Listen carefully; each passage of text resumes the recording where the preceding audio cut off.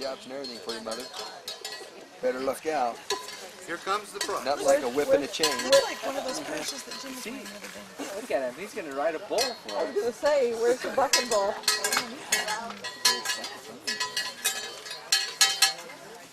You didn't drag that out of any of our closets. He was up in my house. That was Jensen. That's the old clown uniform I used to wear. This is rather terrifying. Good. I've got such a crowd, it sounds like my microphone's working. This is going to be an interesting evening. You folks are in for quite a treat. This story came into my mind quite some time ago. And I was going to write it down, have it written down, and so members of my family could read it. But as always, I've gotten a little bit behind and haven't wrote it. And so I think it's going to be more important to tell it. And I've told it once before in a family gathering, and my daughter thought that was pretty special. And she said the next time I told it, it'd have to be recorded, so she'd have it for her posterity. And this is quite a elaborate setup to get this job done. Storytelling's kind of an interesting thing. Matter of fact, storytelling's been around since the beginning of time. When the men would go off to hunt, and when they come back home, they'd have quite the stories to tell to their families, their children, their wives, of how they got that deer or the elk or whatever it was they was hunting. But all of us here has had opportunities in our lives to do different things, and all of us are unique to our own experiences, and your children and grandchildren need to know your life. They also need to know the life of your parents. And through storytelling is one of the greatest ways in which to catch your kids' attention if you can drag them away from the television set. I've got three young ladies that I would like to thank. I don't see them here right offhand. Is Caitlin and Brittany and Natalie. They're gone. They're going to be a little disappointed that they weren't here for this little storytelling session. But they are my fan club. I seem to be their favorite storyteller, and they're up here quite a bit. And I think a lot of that is because their mom and dad doesn't bring the television with them. They don't have Nintendo to play, but them young ladies have kept me inspired and kept me telling stories, and I guess basically I've been practicing all this time for maybe this particular occasion. That I would like to thank all of you again for being here at the ranch and being members of our family and participating in this. I had a thought a little earlier that I was going to mention to you, but it seems to have slipped my mind. I hope as I'm telling this story that I don't get lost and embarrass myself and along with my sweetheart. I bet you somebody has a compass they'll loan you. They could. They could. The story is entitled The Tale of Two Buckles. And in the process of telling you this story, you're going to come to learn just how important a cowboy's buckle is to them and what it means. And I was in a conversation with Uncle Dick, and he's quite a storyteller himself, but he seems to have the time to get his wrote down. But anyway, we was talking about some of his stories, and he got to talking about some of mine. I'd given him a whole stack of my stories because I wanted to share with him like he'd shared with me. And we was talking about that, and talking about one story in particular, and he said some stories just need telling, and some stories just need written down. And it was about a year and a half ago, 2 years ago, it came to me that I needed to start sharing my stories and stop keeping them hid away and only showing a few. And it was time to start sharing them with my family, and so for the last year and a half I've been doing that, but mainly to the Kenny Hawks family. I've told a few stories to his scouts, and he's taken some of my stories and told them to his scouts. But stories can be a real personal thing. And a lot of times you're talking about yourself, and that gets to be difficult. This tale of two buckles is about myself and my sweetheart. This is a ranch story, and it's a cowboy story, and it'll give you a glimpse into the life of how I lived when I was younger and how my sweetheart has lived since she's come to the ranch. And Cindy kind of gave you a little bit of a heads up this morning about an amazing woman, and when we get through tonight, you'll understand just how amazing she is. Of course, each buckle has its own story, and I'm going to be telling this story, both stories at the same time.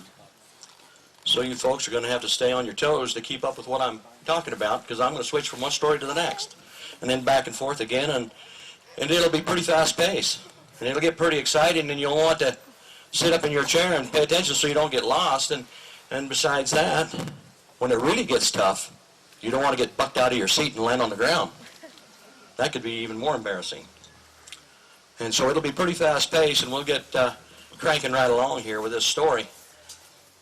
It took place back in the early part of the 90s. Wasn't too long after Ginger and I took over the ranch, and Ginger started living here full time except for in the wintertime, and I was commuting back and forth and coming up on weekends and stuff. And when I'd get up here, I'd have things that she had lined out for me to do. And so as we tell this story, you'll understand how I come to know a lot of this stuff because of her, because she was here all week ahead of me, and then I'd get her on the weekends.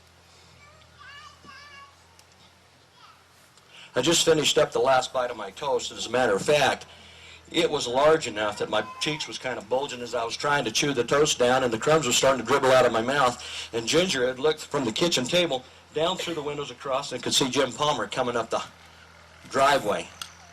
It was barely breaking 7 o'clock that morning, and we was just finishing breakfast.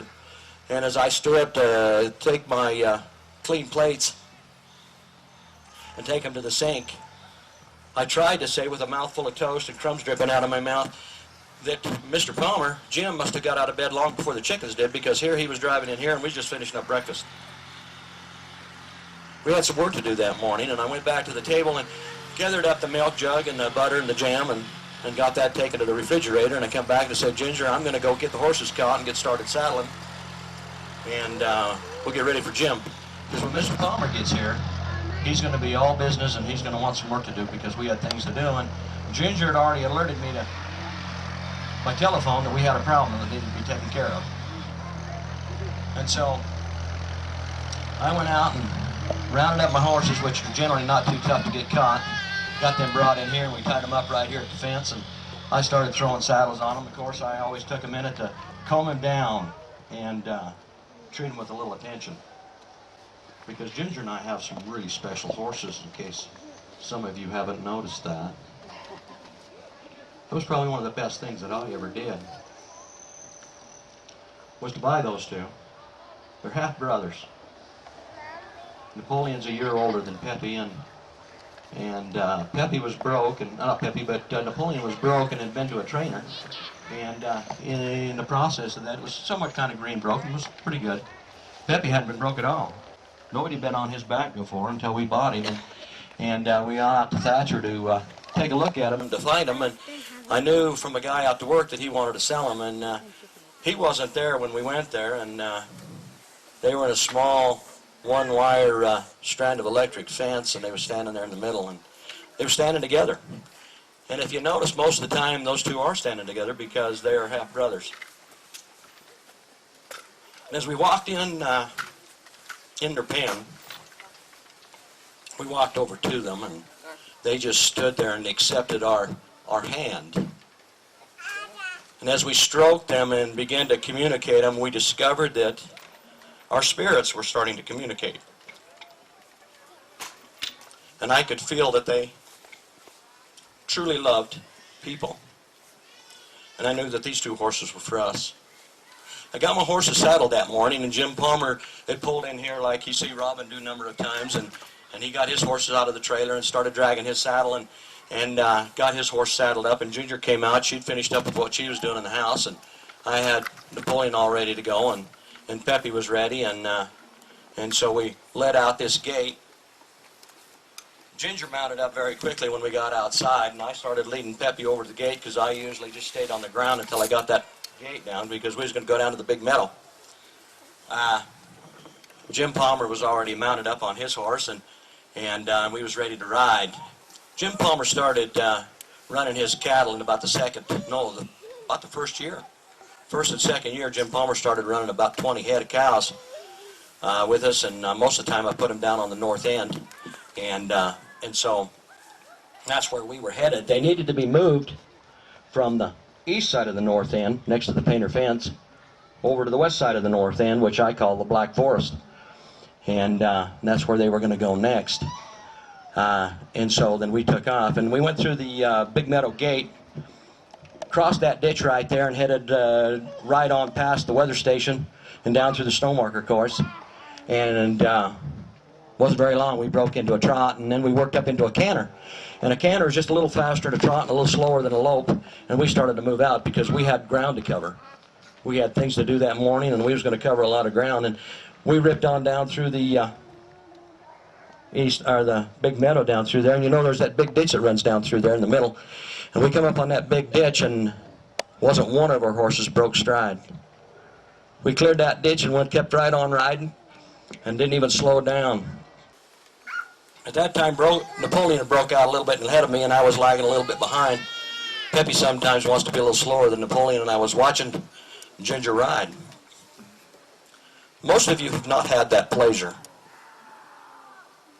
That woman can stride a horse.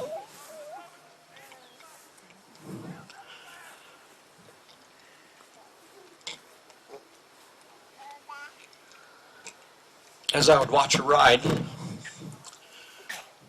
she was glued right into the saddle like she was part of the horse. In the Greek mythology, they called them centaurs, where they was half man and half horse. And many times with my experience riding with my sweetheart, I witnessed that very thing. When her and her horse communicated back and forth together just through body language, Napoleon knew what Ginger wanted, and Ginger knew what she wanted, and the horse just seemed to do it. But I had to just marvel watching her ride in front of me, and Jim Palmer riding off to the side a little bit. As she strided Napoleon, and then we broke into a lope and a slow run. And we headed for the gate that goes into the north end. We got through that gate and started looking for Palmer's cows, and sure enough, they was clear down there in the bottom of the northeast corner right next to the painter gate. They was just as far away from this ranch as they could possibly get. Well, we wanted those cows to go into the west side of the north end, and there's a gate right on the state line, not too far from Jesse's family's where they used to hunt deer. As a matter of fact, we'd drive that herd of cows right through their camp in order to get to where we wanted to go, had they would have been there deer hunting. But anyway, we rode up on those cows, and sure enough, that bull wasn't with them. Of course, Ginger already knew that. But we was hoping that sometimes those bulls find their way home. And we get a free one once in a while. Not very often, but once in a while we get a free one. And this particular time, we didn't get a free one. And so we knew that we was going to have to go after that bull. And as a matter of fact, being in the west side of the north end was going to be the best location to get that bull back to be with these cows. And so we started off, and we started to move those cows toward that west side down along that state line. And the state line had a creek that ran parallel to the road, and then across the road a couple of times, and there was a few bogs going down through there. And Palmer had 2 or 3 young heifers running with these cows. And of course they didn't like water most of the time, and they didn't like horses pushing on them. Them old cows, they kind of knew where they was going and what they were doing. And so it wasn't too bad chasing cows, but them calves sometimes got unruly and went a different direction, and of course the heifers did. We got about halfway to the Lester ditch, and one of the heifers broke stride and done a 180 degrees and started cutting down the state line fence and started heading back toward the painter gate. Palmer seen him coming real quick, and all of a sudden spurred his horse and turned a quick right, and next thing you know, he was up against the state line fence, brisket to chin on that horse, and turned that heifer and turned it back around. Done a marvelous ride right there for just in the course of an everyday event for a cowboy. Jim Palmer was in his 60s. He was old as I was, and he had a lot of cow drives under his belt. Been a lot of places, done a lot of riding. This man could ride a horse as good as my wife. About that time we got to the Hilliard ditch, and one of the calves didn't want to cross the ditch, and we had to scramble, and we had to circle around, and 3 riders become a team in order to get something done. When you're a cowboy and you need the help of the other riders, and in order to get that herd moved, and the unruly ones that want to cut back on you, you gotta be able to read their body movements and see which way they're going when they go to make the move. Because if your horse is lagging behind and they get ahead of you, then you and your horse has got to do a lot more running and a lot more cowboying in order to get that critter back. But anyway, one of those calves done a shuck jive right there in front of the creek and didn't want to cross the creek and started to come back, and Ginger Napoleon got it cut off. Then we crossed and scrambled through that creek, and the whole cow herd finally decided they saw the gate that was there into the west side of the north end there, and the cows started moving that direction.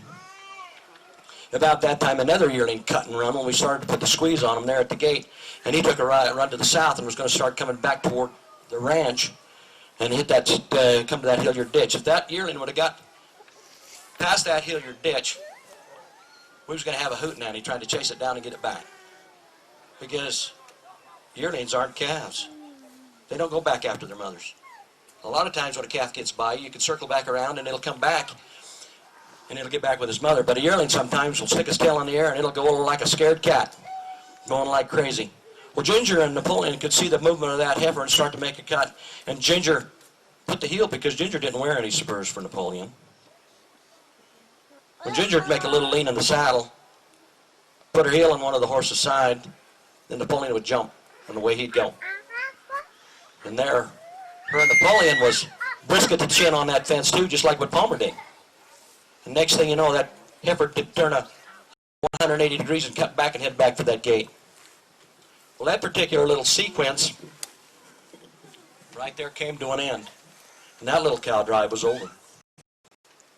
And I kind of jokingly looked at Palmer as he climbed off his horse to shut that gate behind his cows. I said, that was a pretty good ride back there. Somebody had to give you a belt buckle for that. Because a lot of times cowboys and rodeos, when they do a good ride or do a good job, they get themselves a belt buckle. Then Jim Palmer said to Ginger, she was the one that should be getting the belt buckle. And I said, you both did good. I said, I was just kind of along for the ride. I wasn't doing anything but just keeping you company. Talking with Ginger, we found out that that bull was clear back here on the other side into Painters. She thought that she'd seen it over here in with Bill Martin's steers in the East Meadow, but it didn't stay there long because there was 50 heifers over into the big meadow into Palmer, into Kirby Barker's over there, just on the other side. Now, how in the world did that little bull get from clear down there to clear down there? But sometimes them bulls, when they're looking for love, they go a long ways. And so anyway, we started heading up through the east side of the north end to get back up to the gate there to going into the big meadow again, and we got through there, and I'd gotten off of Peppy, and Peppy's a monster. He's tall for a little short guy like me. But anyway, I got down on the ground and started working on the gate, and Ginger and Jim Palmer was riding off leaving me. And so anyway, while I was there closing that gate, an interesting thing happened to me.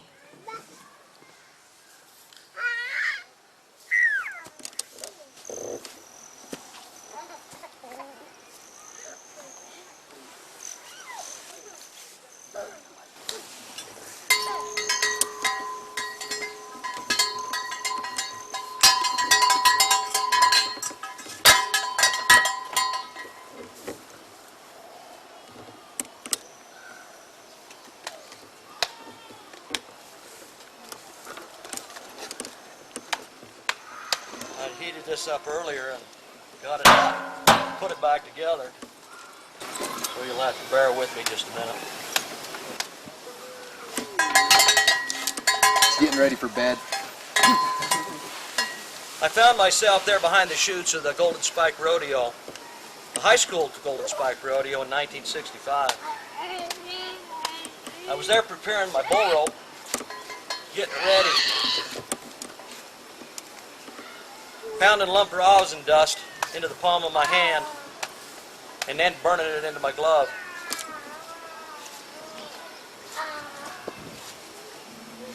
You see, when rosin gets hot, and it's against rope and leather, it gets sticky. And when you put your hand into a bull rope, you want it to stay put.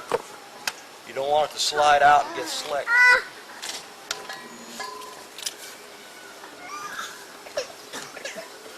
So there I was there working on that bull rope behind the chutes there in the old Ogden Coliseum. And I heard a big noise behind me, and I turned around and I looked and I heard a string of bulls was coming up through the chutes.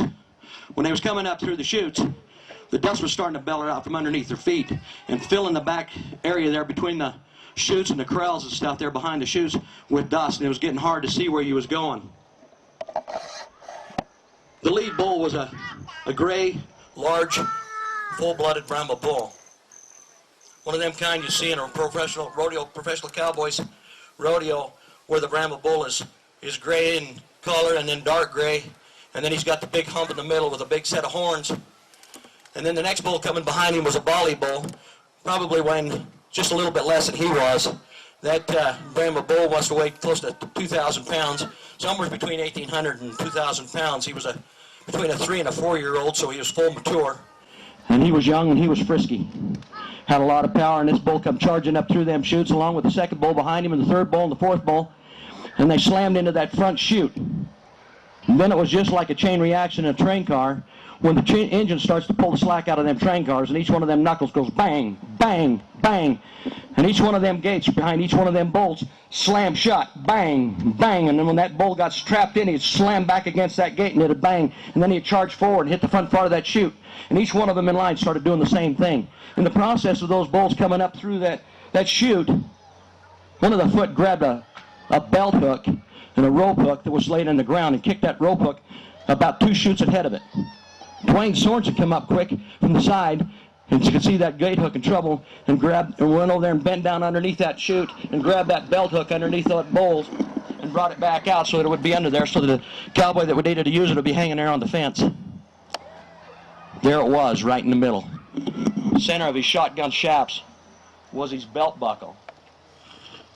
And you could bet your entry money that on that belt buckle it said, "First place bull riding, Tooele High School Rodeo, 1965.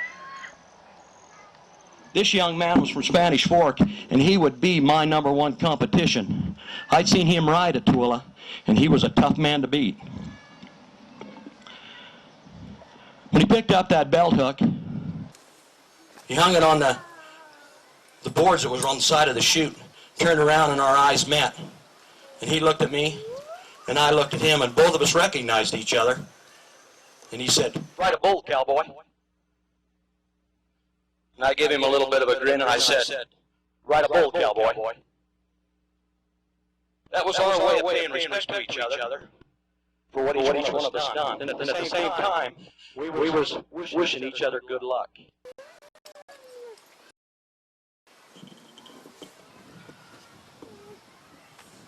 I finished closing that gate between the north end and the big meadow and tried to mount up on Peppy, and of course Peppy was trying to do one of them circle dances because Ginger and Jim Palmer had rode out ahead of me just a little bit. And so I had a hard time, and I was just kind of circling around him, and I was trying to hang on to him, and he was going around in a circle like this.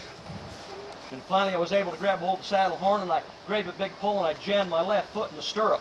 At the same time, I swung my right foot around and climbed into the saddle. Peppy was in a hurry to catch up to his half-brother. I don't suppose he gave 2 spits about Palmer's horse, but he sure didn't like being away from his brother. And away we went.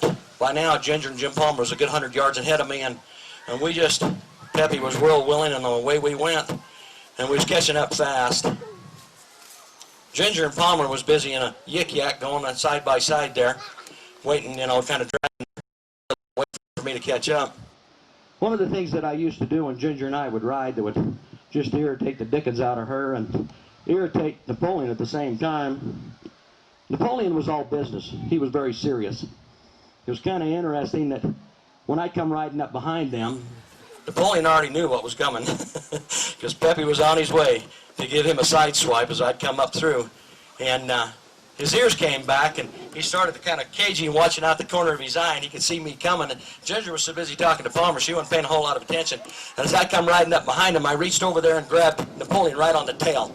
And then instantly, he sucked his tail up between his legs and done a couple of crow hops, and Ginger was now all of a sudden trying to stay astride her horse.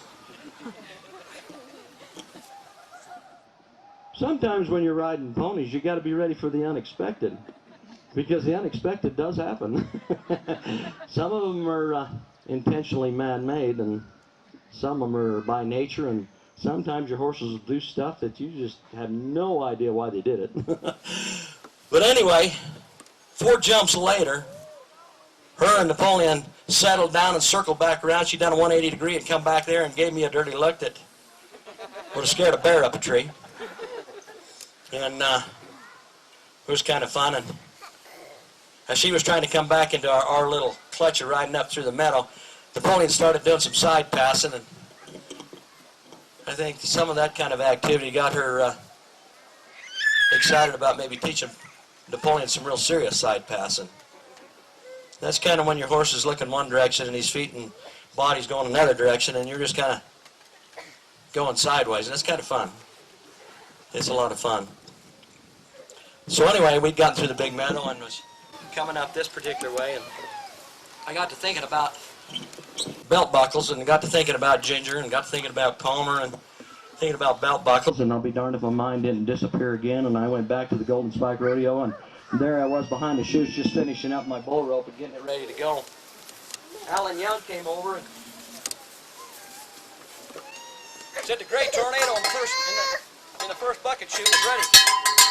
He said that he needed my bull rope, and so he come over there and got my bull rope, and he jumped up on the back of the chute. I still wasn't quite ready to ride yet, so I jumped up on the back. He jumped up on the back of the chute, and what he would do is he would take this bell side and he put it down the left side of the bull like that, and then that belt hook I was telling you about would reach under through the boards and then grab that right there. See how handy that hook was? And then in the process, they would hook this loop like this, and did it like that. And then they'd cinch it up just tight enough so it would be snug, but it wasn't tight. And then they'd bang the ring that around and do a half hitch on it, like this, and so that bull rope would stay in place. I was down behind the chute still trying to get ready. I'd taken my spurs off because I didn't like walking around a whole lot of times with them on. Now the spurs I had bought, and that was one of the things that I'd given myself when I was in high school. It was one of the things that I worked kind of hard for so that I could pay cash for it. Was a set of spurs similar to these, but these are a 30-degree shank, so the shank comes in toward the center of your legs like that. Mine was only a 15-degree shank because I wanted to be able to ride bareback bucking horses, and I also wanted to ride bulls, and I did both. And I was behind the chutes the whole time while they was getting ready with my bull up there, because see, we worked in a team. It always took 3 or 4 of us rodeoing together to get ready to ride.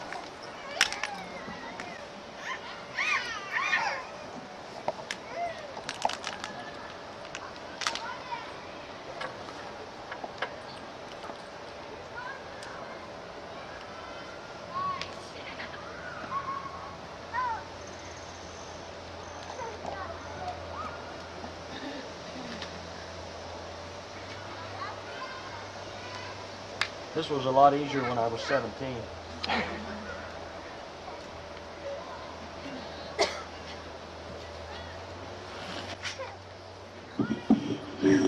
While I was doing that, I had an interesting experience while I was there behind the chutes. I told you about all the dust that was flying in the air. You know, there's no other place in the world you could smell that dust than behind the chutes of a rodeo. It was a combination of arena dirt, sawdust, manure.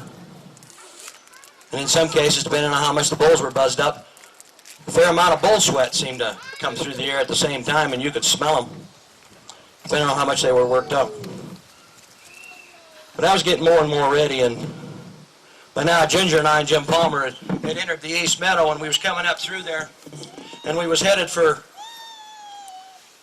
the south end, and we was headed for down there to where Kirby would have his heifers, and we would have to go to the beaver dam pasture and work through there and then get through a gate right there, just on the other side of the oil well road.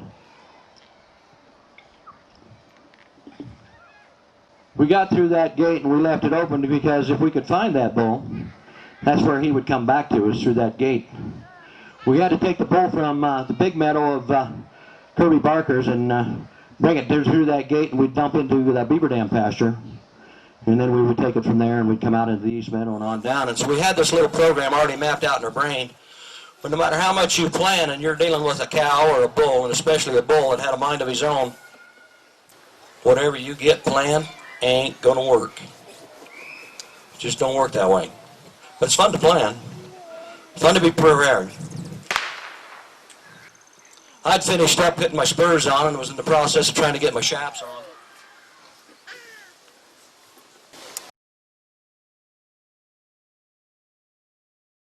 And these chaps were made for somebody a lot smaller than myself, so you'll have to bear with me.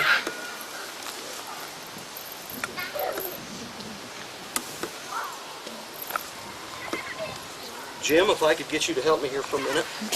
Well, we'll start by you telling you you're putting them on backwards. Yeah. Okay. I'm not going to say nothing since how You're going to help. I'm going to tell you you're putting them on backwards. Okay. Well, then I need his help, don't I? Actually, you're not. He says, They actually, are way too small. they're definitely way too small, but I thought I was going right. I got to suck in this 60-year-old belly, but it'll get the job done. I got to get sucked in so I can get it.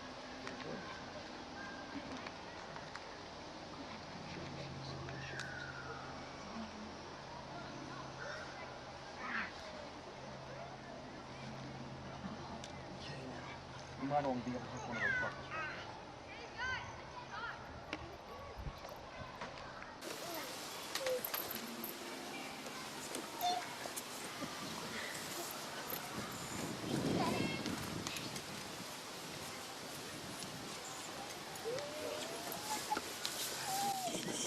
A lot of times when you're cowboying, you definitely need a little bit of help. And when you do, you buddy up with some people, and next thing you know, you become real close friends. And you kind of depend on each other. And in the process of depending on each other, you get real close. As you see, as we get through and we get in the middle of the story, you'll just see how important these gentlemen are that are behind me as we get going on this. We'd gotten through into Kirby's, and we was up there and we was trying to find the bull, and we was scanning out through there, and sure enough, he was clear down there to the southwest, almost as far as you could get in that big meadow. He had a cluster of heifers, and I think there was one of the steers out of the beaver dam pasture that had found its way in there. And there was 4 or 5 head down there with that bull, and they was just frisking around there having a heck of a good time. And as we started to ride up on him, I seen one of the heifers jump up on the bull and started playing around with the bull, just goofing off with it, and it climbed on the bull's shoulder, and the bull kind of turned around and pushed her off, and about that time another heifer climbed on his rear end, and he spun around like this and back off. It's kind of an interesting thing when you're watching cattle and bulls do their little dance and their play. It gets kind of fun, and we started to ride up on there, and finally that group of would-be funners stopped and noticed coming up where we was riding up on them. And they all stopped and they all looked. We had 100% of their attention, I'll tell you. It was kind of interesting. And at that particular time, we don't know if that bull had started smelling a rat or not, but it wasn't going to be long and he's going to smell a rat. Well, anyway, I got all dressed up and I climbed up on the back of the chutes. The chutes had a railing, a walkway right behind the chutes so you could stand up, and I was looking right down on the bull. And this was the very first time that I'd be riding a real purebred Brahma bull. I rode a lot of little goofy type bulls, and I rode some black bulls, and I rode some some big bulls that didn't have horns, and quite a variety of the different high school rodeos that we'd get into. But in riding this bull was a professional cowboy's bull riding bull. It belonged to D.A. Swanee Kirby, who stock produced not only the high school championship, a few in the wintertime, he'd do a few of the high school rodeos, but mostly he went around to the RCA for the Rodeo Cowboys Association, and he had some real good bulls. You know, I always kind of wondered what that hump on the back of one of them Brahma bulls felt like. It was kind of a stupid thing to be thinking about. To get that close to a bull of that size and that magnitude so that you could put your hands on that hump to find out just what it did feel like. And there I was, I climbed up on that chute. If you remember that bull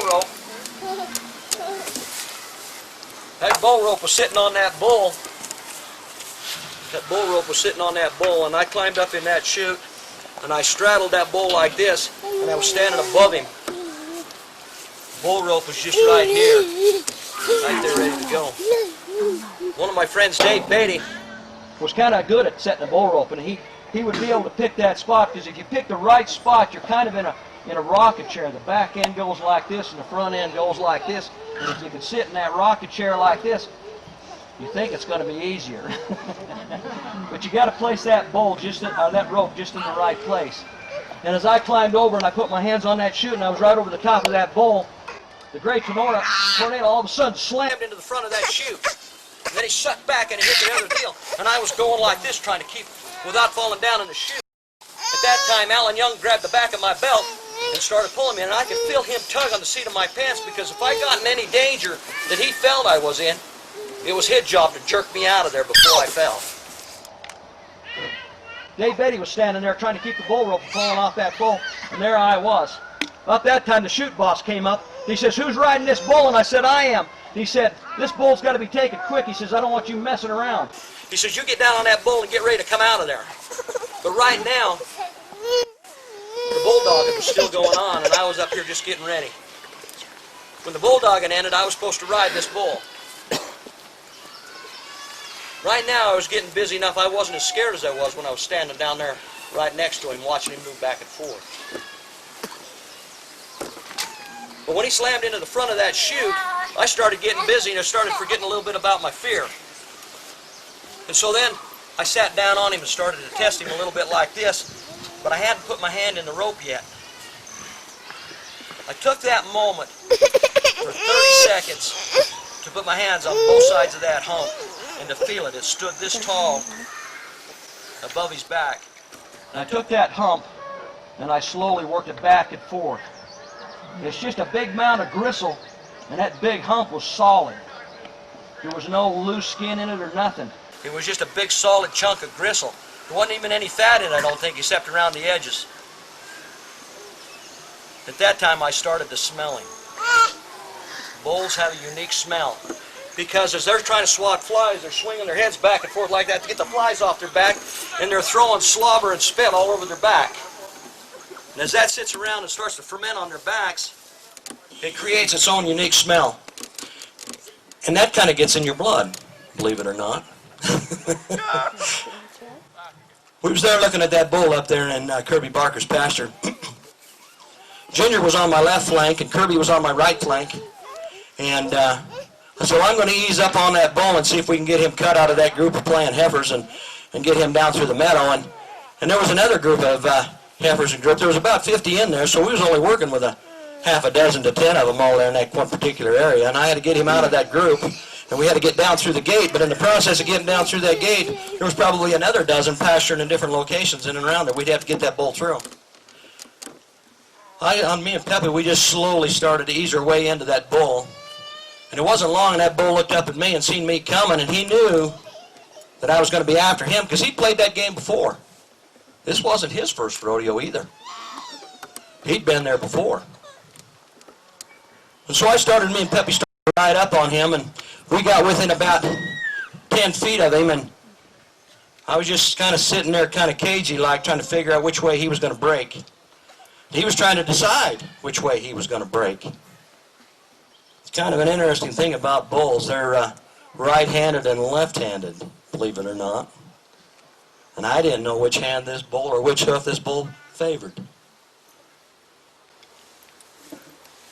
If you remember, I was on that bull and I was sitting astride of that bull and I was doing that hump back and forth.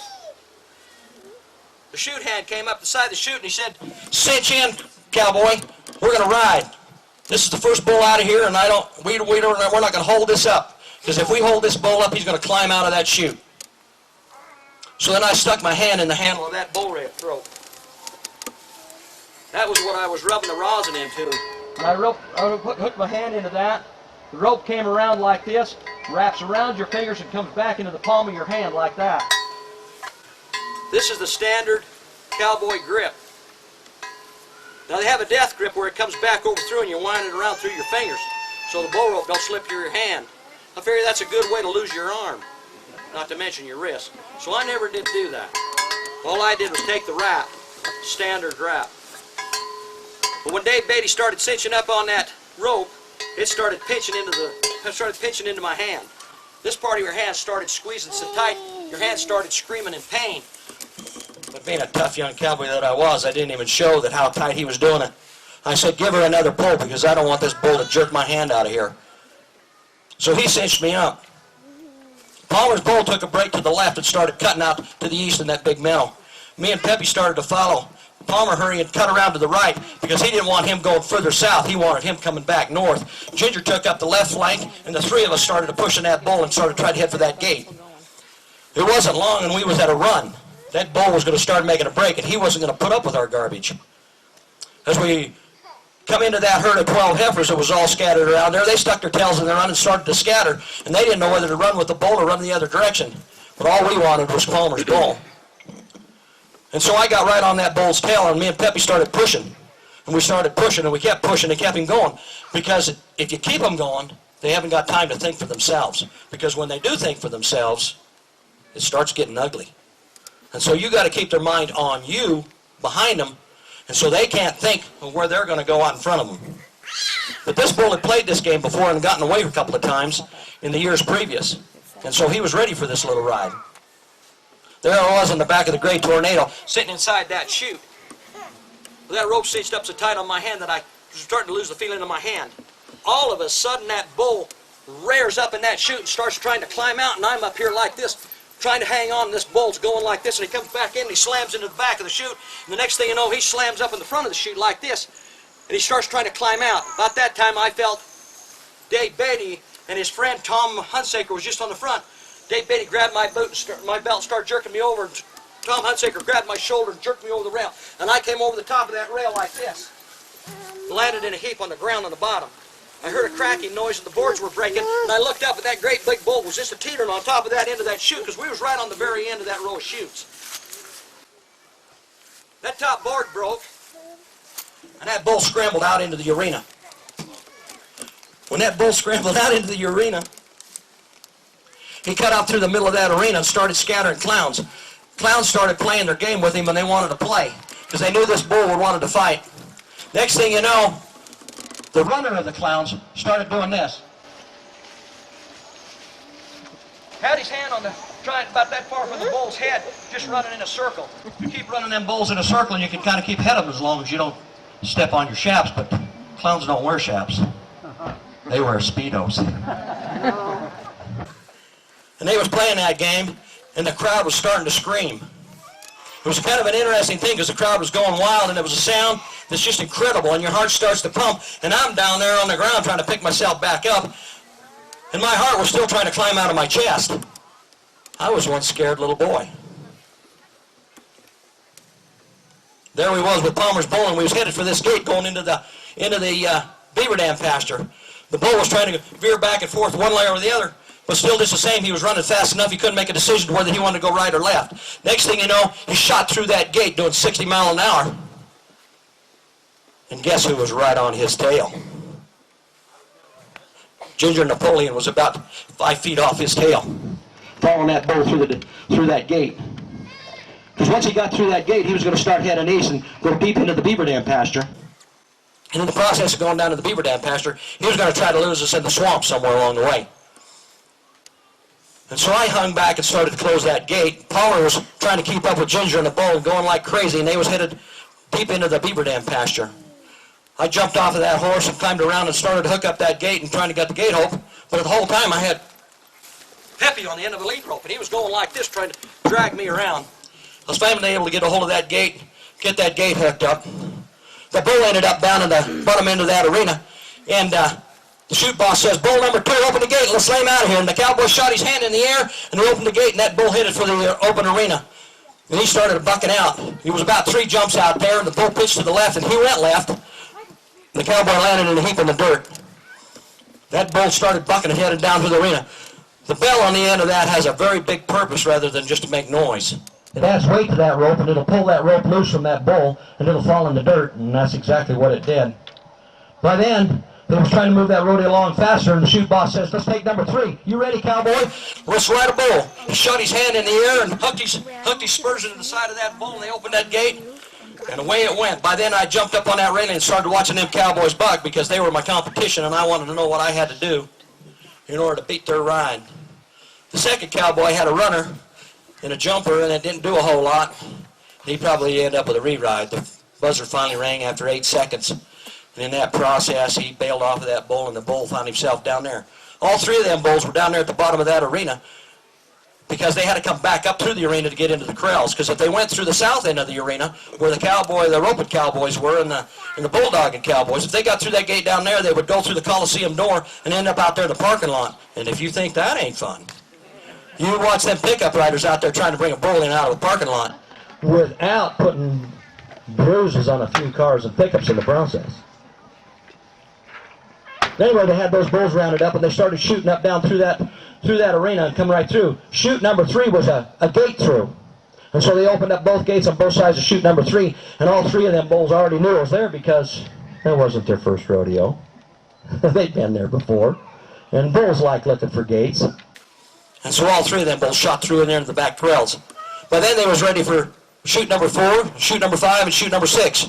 Chute number 5 was having a fracas going on down there, and that cowboy got jerked out of the chute. Chute number 4 was getting ready, and he was settled down, and they cinched up the rope, and he called for the gate and said, "I ride a cowboy, I ride a bull." And so that's what they did. They opened up that gate, and we started this whole game over again with bull number 4. Jim Palmer's bull was at full run, going Mach 1, headed for the oil well. He rounded that turn around those trees and started going into the open oil well. Ginger was in hot pursuit, and Palmer was trying to take a right flank so the bull wouldn't go further east. I was in the process of circling around Peppy in a circle dance, trying to get back on Peppy again because Peppy was getting missed out on the fun. And he was getting awful hard. There again, too, I had to grab a hold of the saddle horn hard.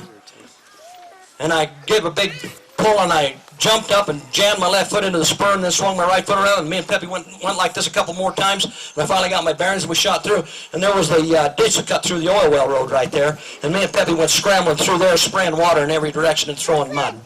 It's kind of interesting when you're running through a ditch with mud. It's like these kids in their 4-wheel drives, how that front axle throws mud all over the hood of the car, or the hood of the truck.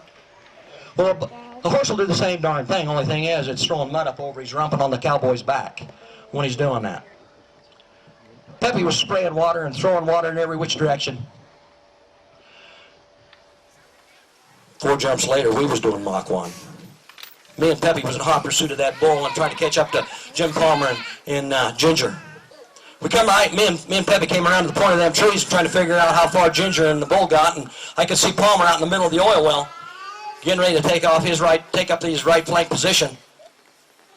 I got around that turn just in time to watch Palmer's bull dive off of the northwest corner of the oil well platform and dive into the swamp below the oil well.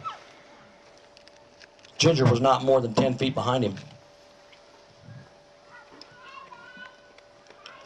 She was going Mach 1. They finally got through bucking all of the bulls out of that first go-around, and they had to take my bull. Before they brought the bulls into the chute boss came up and says, "Which one of you guys is still riding that bull?"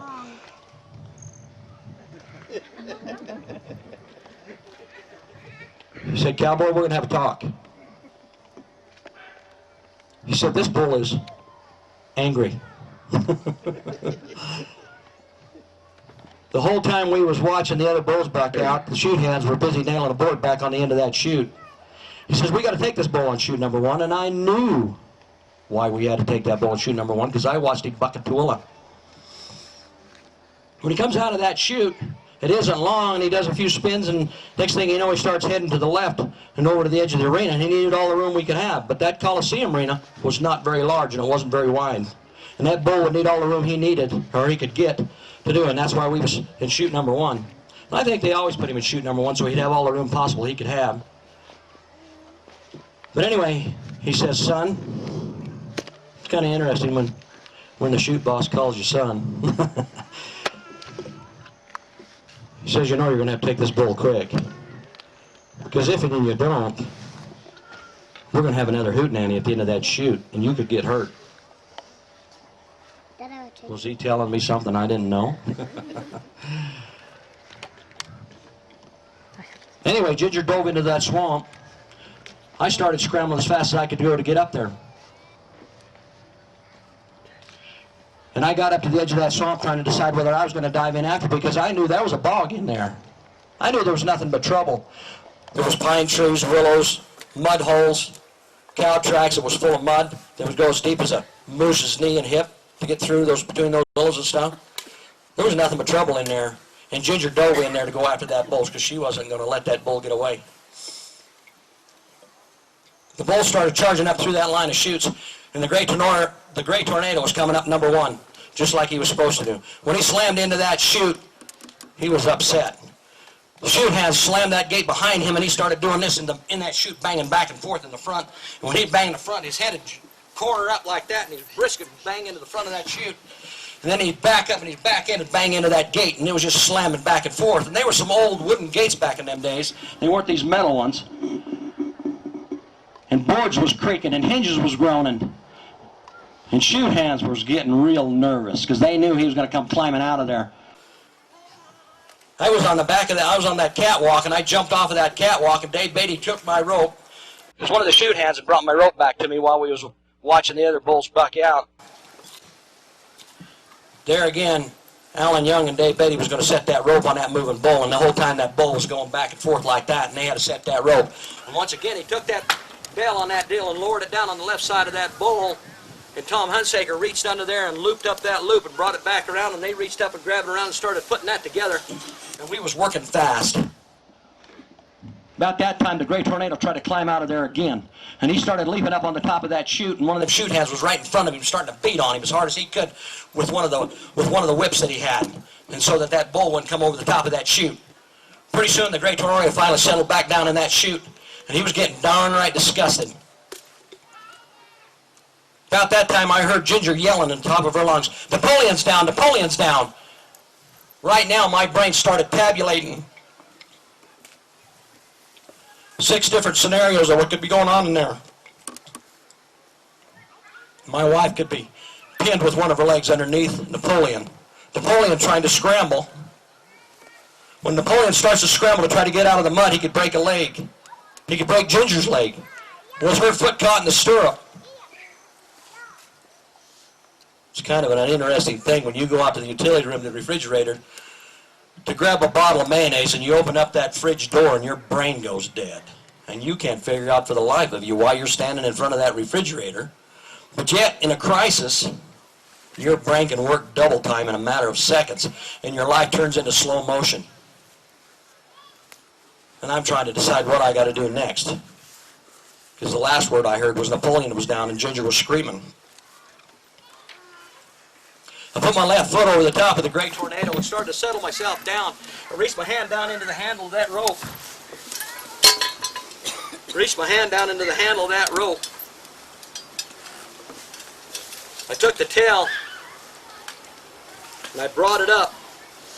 Then I brought it around, set up on there, and we was doing all this in a matter of seconds. Alan Young had the back of my belt, and I could feel him tugging on me every time that bull would go forward in the chute and go back in the chute. And I could feel him pulling on me. He was ready to jerk me out of there. Tom Hunsaker was standing right there, and Dave Beatty was in the middle. Tom Hunsaker was a big boy, weighed 150 pounds at least, stood at least almost 5'10" or 11. But those boys was ready. I thought I was ready.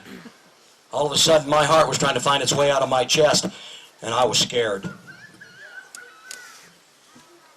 I cinched in, and I put my spurs right in the heart girth of that bull. Went right into my bull rope, hooked down in there next to my bell. I shot my hand into the air and screamed, "Right a bull!" The chute boss and 2 chute hands was on that gate with the latch already open, ready to jerk it open. That gate come flying open, and the Great Tornado saw the open gate, and he leaped into the air like a rocket. We must have went into the air 4 or 5 feet. From being on top of the bull, that's what it seemed like, but his feet was probably no more than 3 feet off the ground. When that bull came down on his front legs, all of them guts and innards inside of him came charging down into his rib cage, and at that time, his ribs started expanding at about 6 times the speed of sound. When that happened, my bull rope started cinching up on my hand, and my left hand started screaming in pain because that bull swelled up like that. It started pulling that rope through my hand, and I could feel that rope pulling through my hand. 60% of the cowboys that rode him, if not 70, would lose the Great Tornado right there on that move. When that happened and we come down to the ground and my hand was starting to scream, my body was thrown onto that hump that was right in front of me. And I had my hand in the air and that hump was right there like that, and I could feel that hump go like this a little bit under the weight of my chest. As I said, when you get in a crisis, your mind goes into slow motion and you can feel and smell and see everything. That was one other thing I forgot to tell you. When I climbed onto that bull, he'd gotten worked up in that chase out into that arena, and he was sweating bad. When I settled down in here, I could feel that sweat in the seat of my pants, and my Levi's and my chaps were sticking to my legs and my rump. But the most important thing there was what he smelt like. That bull was a real athlete, and he'd worked up a sweat. There I was out in the middle of that arena, and that bull came down on them front legs, and he didn't lose me. And so he done it again. He planted his rear feet and charged for the air one more time. But this time there was a difference. He started to twist in midair, and when he come down on his front legs, he went into a left-hand spin. This bull was a left-handed bull. Once we started into that spin, we started spinning around in a circle like this. I leaped off a peppy and started to charge down into that swamp. There was 2 great big willow bushes right in front of me where I seen Ginger dive into. In the middle of that willow bush, every cow, every moose, every deer in the world had come through that willow in that path, and they churned up that mud right between it. There was water sitting in there, and that mud must have been 3 feet deep if it was an inch. I started to charge down in between those willows to come face to face with Jim Palmer's bull trying to come out of there. All of a sudden, I backed out of the way like that so that bull would charge right on by me. The only thing I could think about was Napoleon's down. Napoleon's down. What kind of a wreck am I going to find my wife in? Once I regrouped myself and started to charge back through them willows, I come face to face with Napoleon's nose. Now I had to get out of his way because he was charging right back out of that willow. He was doing at least 50 miles an hour at that time trying to bog through that bog that he was in the middle of, and he was throwing mud and water in every direction. As he started to come by me, I could see Ginger right behind him. She had a hold of his tail, and Napoleon was pulling him through the bog. Ginger was running on 2 good feet trying to keep up to Napoleon, and Napoleon was trying to get through that bog, and he was throwing mud all over the front of her because she had a hold of his tail. The bull had broken out and climbed onto the oil well and started heading east straight toward Palmer. Palmer was ready to take up his run, so he went take up his position to block that bull to keep the bull from heading over into the beaver dam. Because once we got into the beaver dam, you had some major bogs and you'd lose him. The race would be over then. Ginger still had a hold of Napoleon's tail, and Napoleon came out, and I just could barely grab his reins as he went running by. And when he went running by, I grabbed those reins and started running with him so we could get out of the oil well, and Ginger was still attached to the horse's tail and coming up there, and I got up on top of the oil well pad, and Ginger scrambled up on top of that oil well pad. I was holding on to Napoleon's bridle so so that Napoleon would settle down. But Napoleon was worked up, and he started doing a circle dance, and I was trying to hang on to him. And Ginger was trying to jam her left foot into that stirrup and missed because she had mud all over her foot and couldn't get it in the stirrup. So she tried a second time and a third time, and we were making around a second and a third loop. She finally got her foot to stick, and I was trying to hang on to Napoleon, and I was too busy to help her. Next thing I know, she had landed her left foot and had a hold of that saddle horn and jerked herself up on the horse's back, and it's landed in the saddle. Napoleon started lunging forward. When a horse starts lunging forward, a cowboy has a hard time staying in the saddle. And next thing you know, you see air spaces between the rider's rear end and the horse's, on the saddle that's on the horse. Next thing you know, the rider's up against the back part of the saddle, which I believe they call the candle. Ginger's rump was starting to slide off the handle. She was trying to keep on Napoleon. Napoleon was trying to get after that bull. And the way they went, she finally was able to grab a hold of that saddle horn and jerk herself back into the saddle, and they started heading after their Palmer's bull. Now I had to capture Peppy. I ended up finding Peppy with his nose in a willow bush, and he was doing a dance around that willow bush because his rein got caught in the willow bush. I grabbed a hold of that rein and I was trying to get a hold of, or try to get mounted, and I had to jam that foot into that stirrup and get into Peppy so that I could give those folks a hand. The great tornado ended up in that left-handed spin, and away we went. We started spinning in a tight circle, and around we started to go. And I noticed my mind was starting to tell me that my body was going to start flying off the right-hand side on the outside of that spin, and my left foot spur jammed into the side of his ribs, and I started to hang on. They call that hooking a bull with your spur. And now your feet is just as important to you to stay on that bull as your hand is. And the whole time you're doing all of that hootenanny, you got your right hand in the air, hoping you don't touch that bull, because if you do, with your right hand, you'll get disqualified. Ginger was on the back of Napoleon, headed straight for Palmer to help Palmer out. Palmer had his hat off his hand, and he was leaning over his horse, and his horse was doing a dodging game with that bull. And he was waving his hand like this, ha! Ha! Ha! And the bull was a shucking and jiving like that back and forth. And he was going, ha! Ha! And that bull was bound and determined to get by Jim Palmer, but finally he turned him. About that time, Ginger and Napoleon came up around the left flank and was going to help Palmer in the chase. They finally got that bull discouraged now that there was two horses there trying to buck him off. And that bull spun around and started heading back toward the gate going into the East Meadow. That's the direction we wanted him. The only thing our challenge was to keep him going that way. I just barely gotten on Napoleon, and I had to get into this chase myself with him so that we could be a part of that bull. As I was in that fast left-hand spin on that bull, I saw a flash of red and white from a clown's uniform, or costume, or however you'd want to call it. And I could see that my eyes focused in on him. His left hand was out in front of that bull like this, running around in a circle, trying to stay ahead of that bull, like that. And I looked around, cut it in from the side, which broke that bull out of its spin, and that bull straightened down, started heading straight to the other side of that arena, not more than 25 yards out in front of that chutes. That bull was doing exactly as I seen him in Tooele. He did not change his pattern, not even once. By now, 95% of all the cowboys that ever rode that bull was in the Burt. But for some miracle, I was still on. And we was bucking like crazy for that arena fence on the other side. The next thing I know, we was brisket to nose up against that fence. The bull started charging in front of me, and Peppy and Ginger and Palmer was trying to keep up behind that bull. And I cut in right behind that bull in front of them, the other two. And I was right on that bull's tail, and I wasn't more than 3 feet right behind that bull, and we was going at 70, 80 miles an hour as fast as we could go for the East Meadow gate. And when we hit that gate, almost at the same time, I knew when that bull got through that gate, he was going to turn right and head for the side pile in the swamp at the East Meadow, and we would lose him. And then our race would be over again, and all of that fun that we'd had would become a waste of time.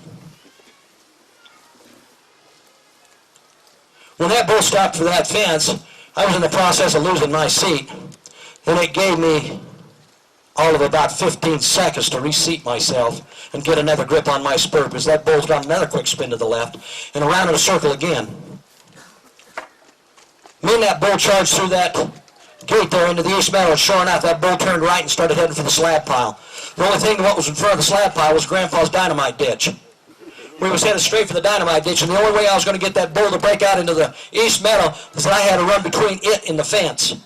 And there we was, doing 70 miles an hour, trying to get that bull cut back out into the arena. Or not into the arena, I'm sorry. To break out into that east meadow.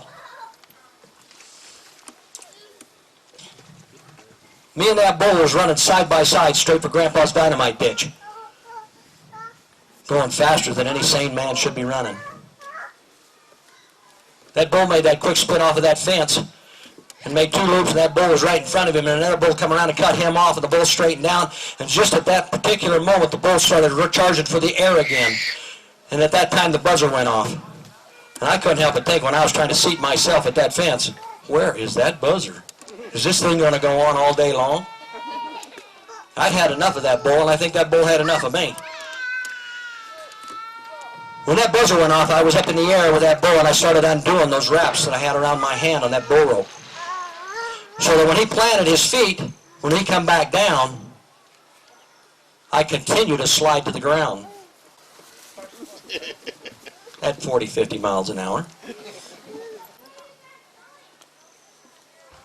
There, me and that bull shot through that gate, headed toward the east meadow. The bull turned right and headed for the slab pile, which was also headed for that dynamite ditch.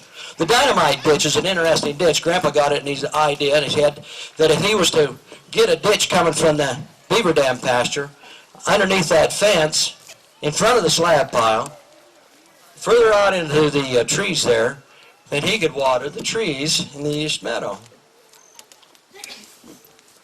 Only thing is, he couldn't get equipment back in there, and the ground was soft enough that they started cutting sticks of dynamite in half, and they started laying them.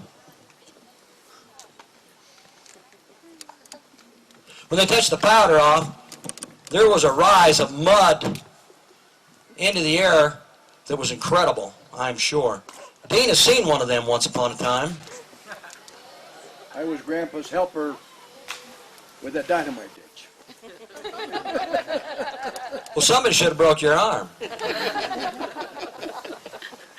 We had dynamite strung from here to that shit house. That dynamite ditch. Grandpa said to me, he said, son, and I was, I don't know, 10, 12 years old, but these guys' age, better get way back because we're going to have something like you never seen before. Well, he lit that fuse, and we scrambled. I fell down, he picked me up, we scrambled again, and I fell down, he picked me back up again, and we scrambled again. We're up there sitting behind that slab pile.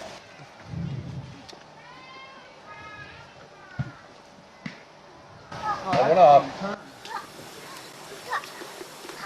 That mud went in the air twice as high as the top of that flagpole.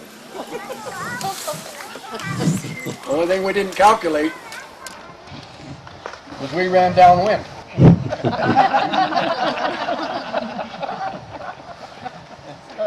So you can imagine, we looked about the way Ginger looked when she come out of that mud hole.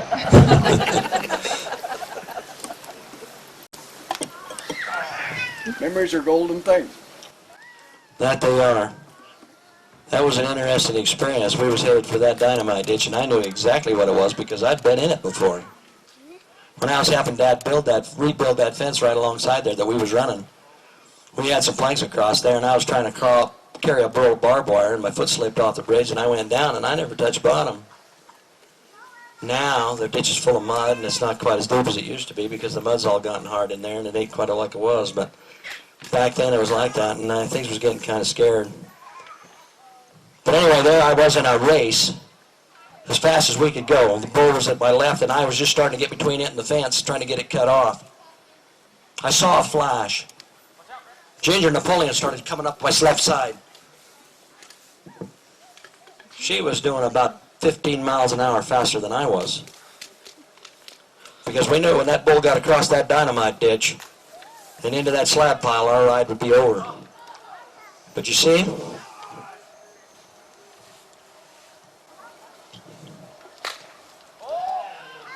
her sweetheart is no quitter. Her horse is no quitter. There they were, a centaur. Each knowing what each was doing, just like their minds were connected together.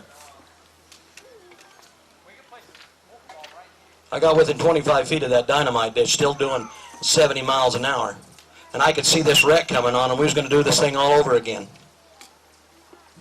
Ginger was about a horse length ahead of me, only over to my left. The bull was between her and I, and Jim Palmer was back there trying to shut the gate, just in case the bull wanted to go back there. So it was just her and I. Most of our riding up here has been her and I, or she's been alone. Because we became a team. And that particular day, we were still a team, but the only thing was is that her and Napoleon had come together. The bull took a flying leap and misjudged the distance, and he raced into the air quite far, but when he come down, his front feet landed right in the middle of that dynamite ditch.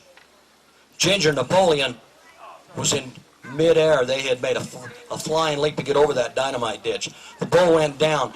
He came down so fast that his brisket hand landed on the bank on the other side, and he started sliding. When he started sliding, it took his front feet back behind him like this, and his chin come down to the ground like that, and his muzzle started scraping on the ground. Next thing you know, his bottom lip got peeled back, and his jaw started dragging in the grass, like this, just a bouncing like that.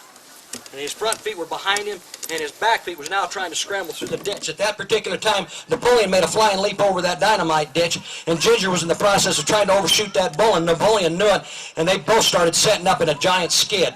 Next thing you know, Napoleon's back feet jammed into the ground and started digging trenches through that mud, because they had to come to a screeching halt because that bull now was in trouble in that ditch and wasn't going to go any further.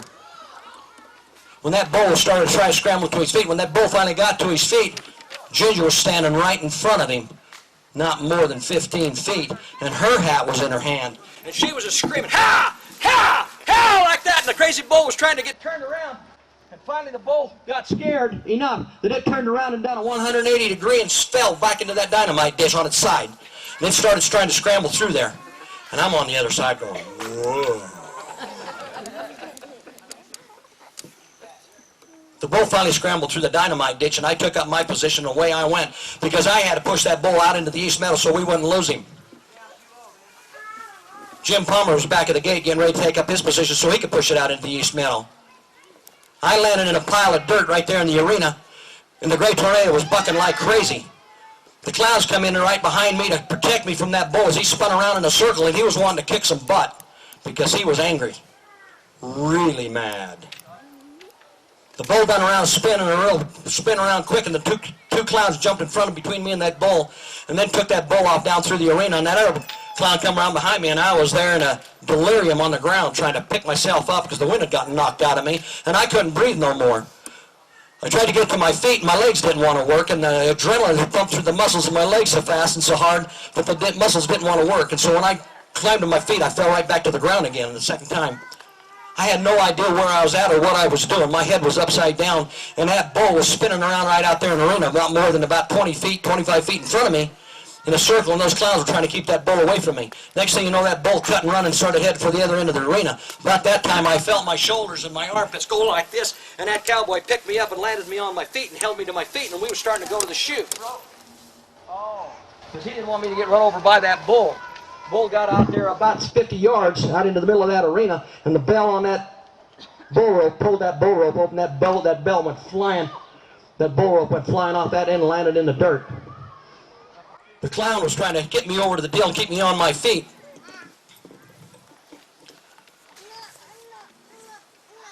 I was trying to push that bull back out into the east meadow, and I had no idea what Ginger was doing. She had to get across that dynamite against the second time. Only thing is, the adrenaline might not have been running quite as hard at that particular time, and that was going to be a bigger trick, getting her and her horse across that dynamite ditch and get into this chase. I finally got the bull to turn, and he started heading to the east meadow. I finally made it back to the chute, almost back to the chutes, when I looked around behind me, and I could see one of the clowns bringing in my bull rope. He was handing me my bull rope like this, you know, he had that in his hand, and that bell was just a banging And I turned around and saw him coming with that bull rope, and he wanted to give it back to me. And just at the time he got that bull rope and I reached out to take that bull rope, he went like that. As I bent over to pick that bull rope up, he grabbed my hand and threw it in the air like that. He very quickly drew his pistol with blanks in it and started shooting. The crowd was starting to scream like crazy. I finally was able to grab myself and my bull rope, and I'd seen that clown play that game in Tooele once before. It's amazing how much of that stuff is the same thing over and over again. But you see, as it turned out, that was the first go-around of the first night of the Golden Spike Rodeo. When the second night come around, Dwayne Sorensen didn't draw as good a bull as I did. And that bull didn't buck quite as good as mine did. But he stuck it, just like I knew he would. But you see, as it turned out, I won a belt buckle that night.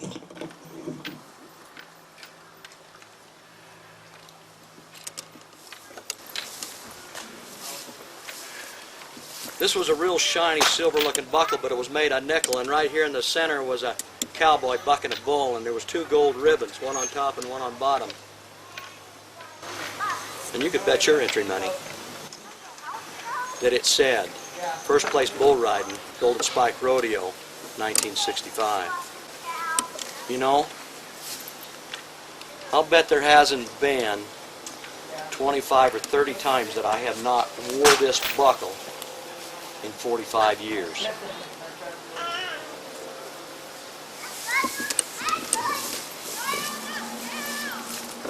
Pass that around.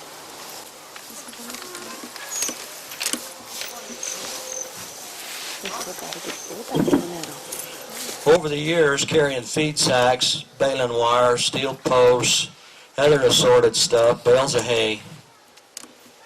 The cowboy bucking the bull got ripped off my buckle. It wasn't long, and then the ribbons got bucked off, and if you look real close, you can see one of the solder bobs where they had glued the buckle together.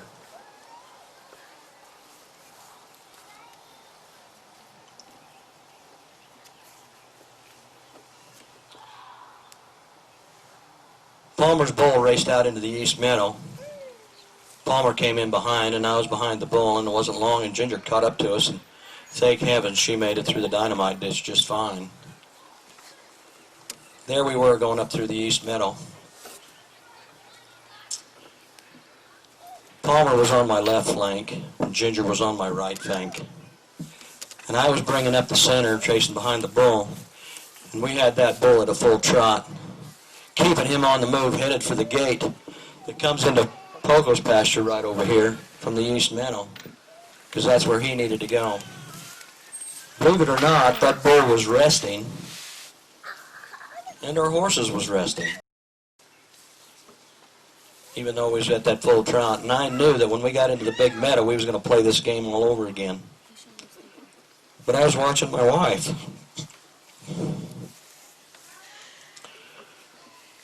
She rides a horse like nobody I've ever seen. But you see, there was no crowd there to cheer her on. There was no judges to formulate a score. And there was no belt buckle to give her.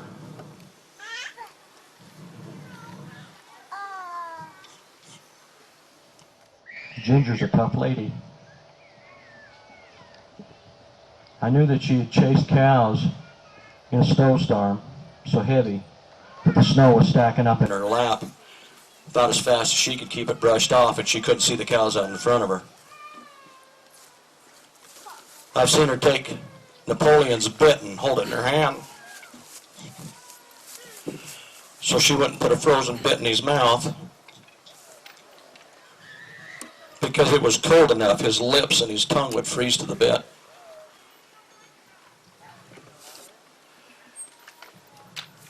I can't think of any more than about 1 or 2 times that we didn't have the cows, Uncle Clinton's cows, out there to the corral waiting for the trucks when the trucks got there.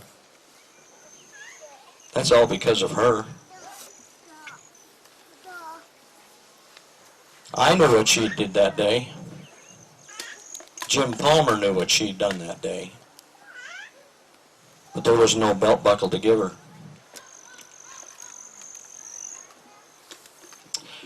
For our 35th wedding anniversary, my back pocket is covered up with shafts.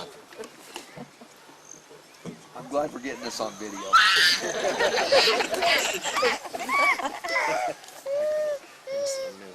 got about nothing of this.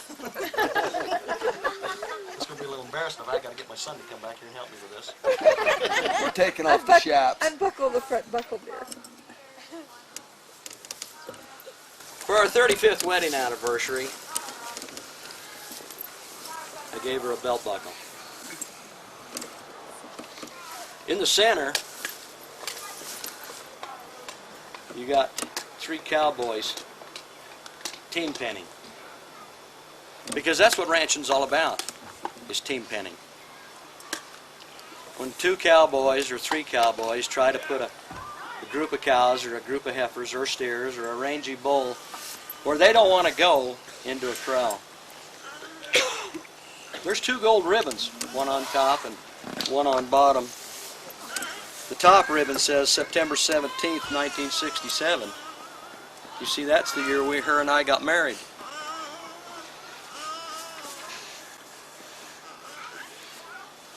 Some of you may not know that I had to go all the way out to California to find her.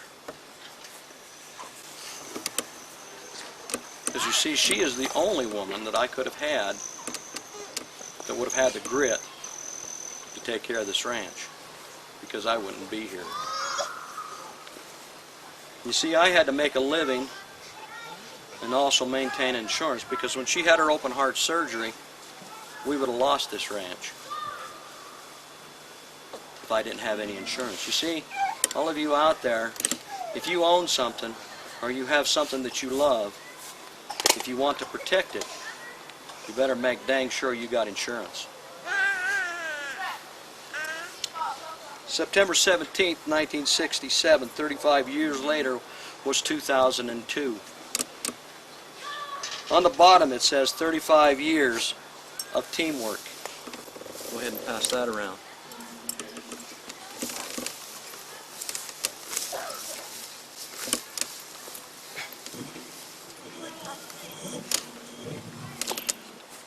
Ginger's a tough lady. Our world turned upside down.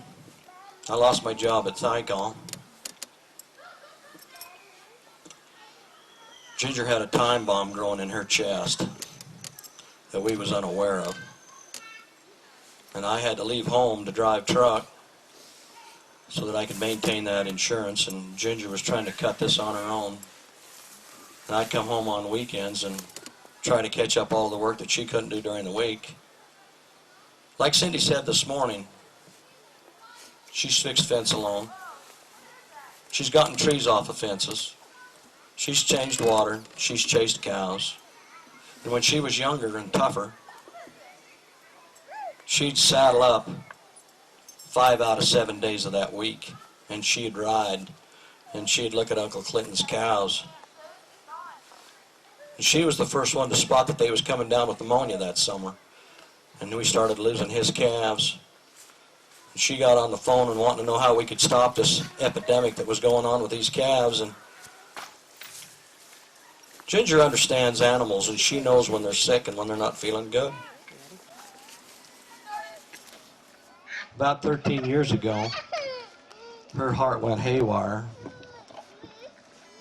I can still remember that night I come home off that truck, and a lot of times those nights I would get here late, 10 o'clock, 11 o'clock at night, and try to get some supper or whatever, and we'd talk a little bit. And she was a little quiet that night, and we'd gone up to bed, and about 2 o'clock in the morning she woke me up crying.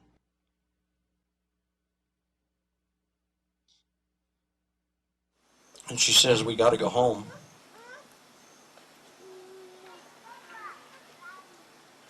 More than 35 years, she'd never done that before. We went home and found out that she had a blocked artery, a couple of them, and she would need open heart surgery.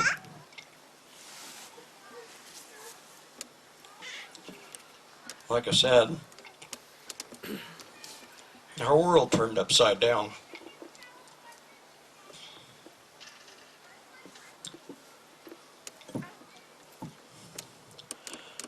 One month after that operation, she entered rehab and started trotting on treadmills and doing all kinds of calisthenics and barbell stuff and being crazy, and I'd go in there and watch her once in a while and go nuts.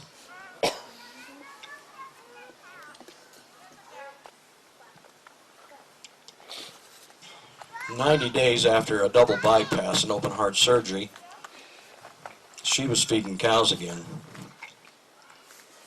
But we was headed into winter.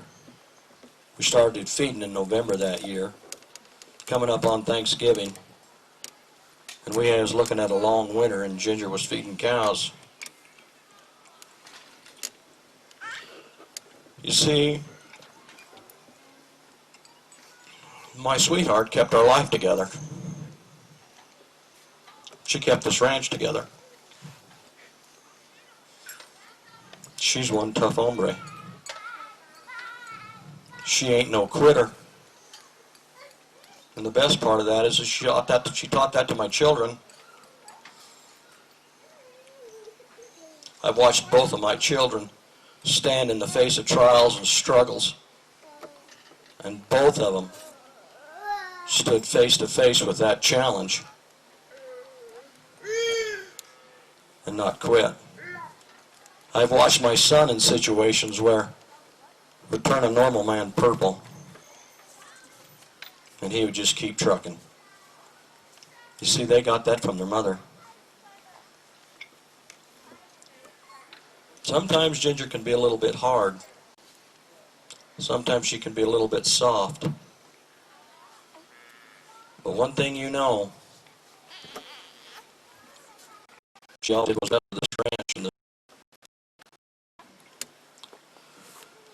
in the middle of all of this, in the process of our lives being derailed, and by the time we got our railroad tracks built back again, our life had headed in another direction, and we'd kind of been involved in scouting most of our life, but our lives would go into hyper gear.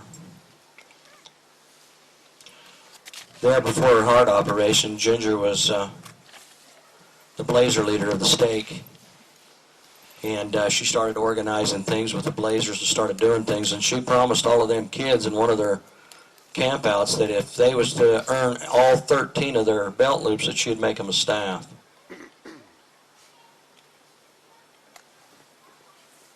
"200 staffs later, we finally ended that program. She was able to inspire those young men into earning all 13 of those belt loops. She took wood badge, she taught wood badge, she earned the award of merit, she earned her silver beaver, she ranched, she changed water, she built staffs, and she kept pushing. My world had turned upside down and my life had to go in a different direction. And we started to focus on scouting a second time. Our Eagle Scout list is close to 20 boys or more. How many boys have we got there? Do you remember? 52. 52. There again, too, we made probably somewhere in excess of 75 staffs for Eagle Scouts. 52 of them was for our troop. She was the anchor point to a 50-miler canoe trip down the Bear River and a historical award at the same time. As you can see, Ginger's been my anchor point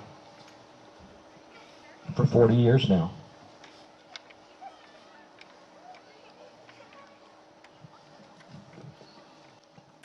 You see,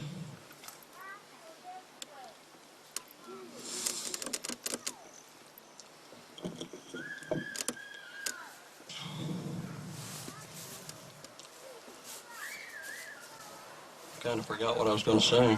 It was really important too. Darn it. Must be standing in front of that refrigerator.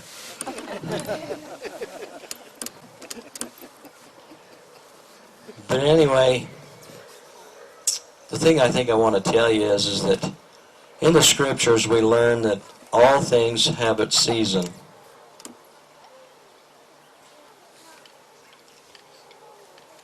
And we should partake of the fruit in the season thereof, in its abundance.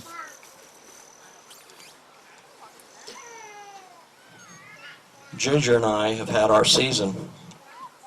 We're going to be around for a lot longer yet, but we have had our season. And we have partaken of the fruit in its abundance. That's because of all of you.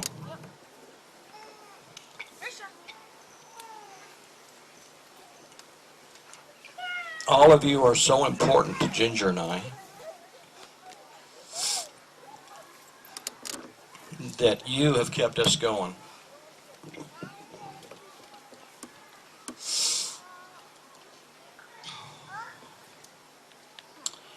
Anyway, now you folks have a good idea of what the belt buckle means to Ginger and I.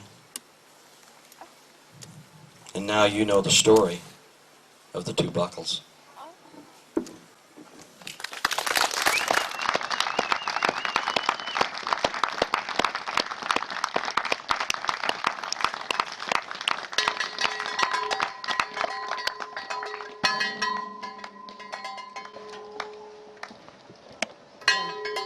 Thing I'd like to add in closing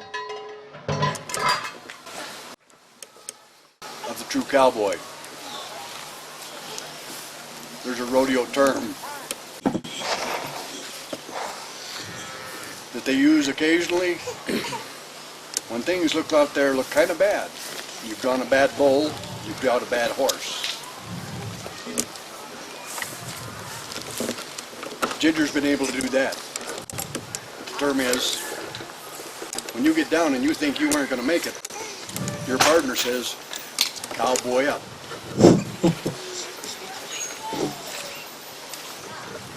Thank God we're all here. Romans 8:28 says all things work together for good for them that love God, for them that are chosen according to His purpose. Some of us just a little bit slow in figuring out what our purpose is. But it's there. You've earned yours. And Ginger's earned hers. God bless.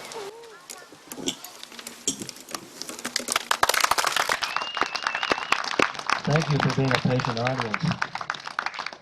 I hope I didn't lose you any of you in the middle of that. Boyd would like to bring Ginger her bull runner. Because I think we have a horse that needs a hug. Would you kids hurry and step and move back into the crowd? Go back into mine. I would like to introduce to you Ginger's bull runner.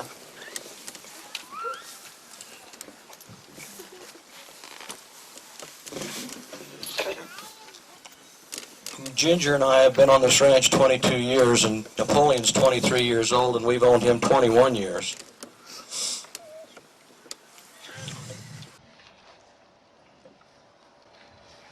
I think those two belong to each other in the pre-existence.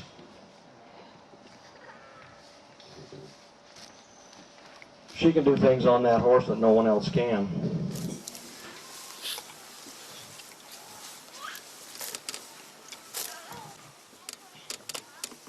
It's Ginger and I's 22nd year, and it's Cindy's first year.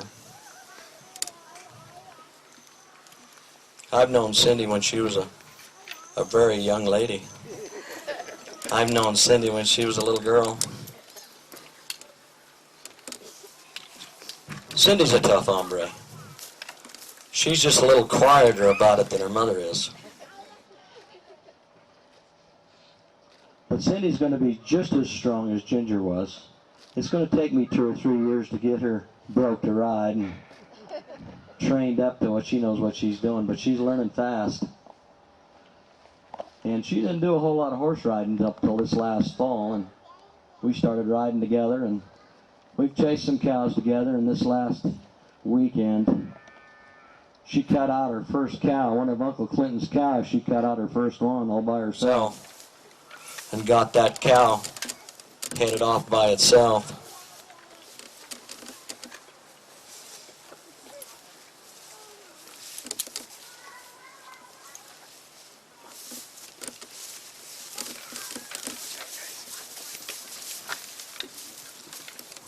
Me and Cindy's kind of hoping that this horse has got just a few more years in it so that Cindy can learn what she's got to do, because the horse is going to teach her.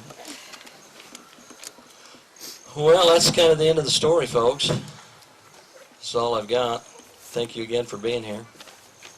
It's sure been fun. See you all next year. Be ready for that program tomorrow.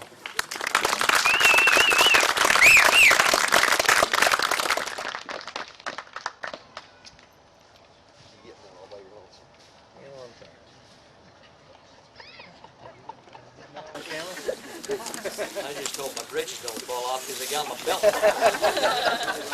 You finally got here to the story, Caitlin. I was telling that story for you, and you was out playing. We got here about a quarter of the way. You'd heard that before, hadn't you? Uh-oh. I feel bad because I didn't have anybody practice before this. I thought this was a campfire thing. So if everyone could get their kids together that would come practice, they can either do it in the morning at 9 with the big one, which I figure is kind of early for the kids. But if any of them could come practice in the next like 15 minutes or something, we can maybe take a late tractor ride or something, and they can get that as their payment for practicing. But hopefully they kind of know it pretty good. But if they want to come practice, What are we practicing? together, that'd be good. The primary song.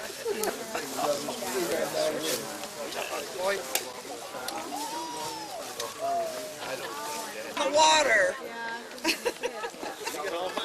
I mean, it's the same thing. Sorry. You know, Thought about that more than once, actually. we gave them away a long time. Well, I know. The only time I thought about it was when I wanted to tell this story. I hadn't missed all that stuff because I give it away to help some kid ride. You should have found somebody that was bigger to borrow shafts from. No kidding. I think Jim you says, should well, come why over don't you this borrow way my just a little shafts? And I bit. didn't know he had shafts.